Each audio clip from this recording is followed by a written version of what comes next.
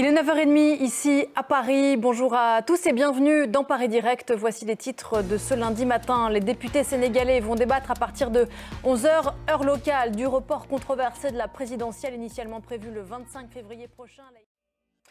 L'Assemblée nationale sénégalaise va donc se réunir en assemblée plénière aujourd'hui, lundi à 11h, heure de Dakar. Les députés se penchent en urgence sur un projet de report de la présidentielle.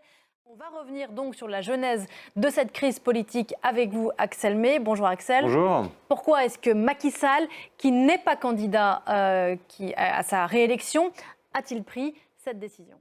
Voilà pour le contexte. Axel, vous restez avec nous. On va dans un instant essayer de voir les différents scénarios pour la suite. On va écouter les réactions à Dakar depuis cette annonce du président Macky Sall avec Sarah Sacco qui est notre correspondante sur place. Écoutez.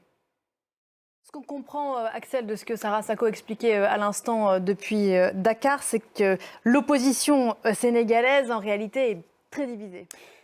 Merci beaucoup Axel. Début des débats donc à l'Assemblée nationale sénégalaise à 11h, heure de Dakar, midi, heure de Paris. On continuera bien sûr à suivre de très près cette crise politique ouverte au Sénégal. L'actualité internationale de ce lundi, ce sont aussi les États-Unis qui tentent de peser de tout leur poids à nouveau pour une trêve au Proche-Orient.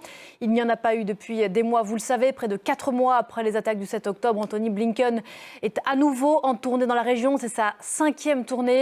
Une première étape en Arabie Saoudite avant le Qatar, l'Égypte, Israël et la Cisjordanie.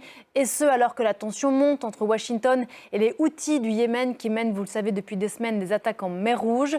Le chef de la diplomatie française, lui aussi, est dans la région. Stéphane Séjourné était au Caire ces dernières heures. Léo Péchard.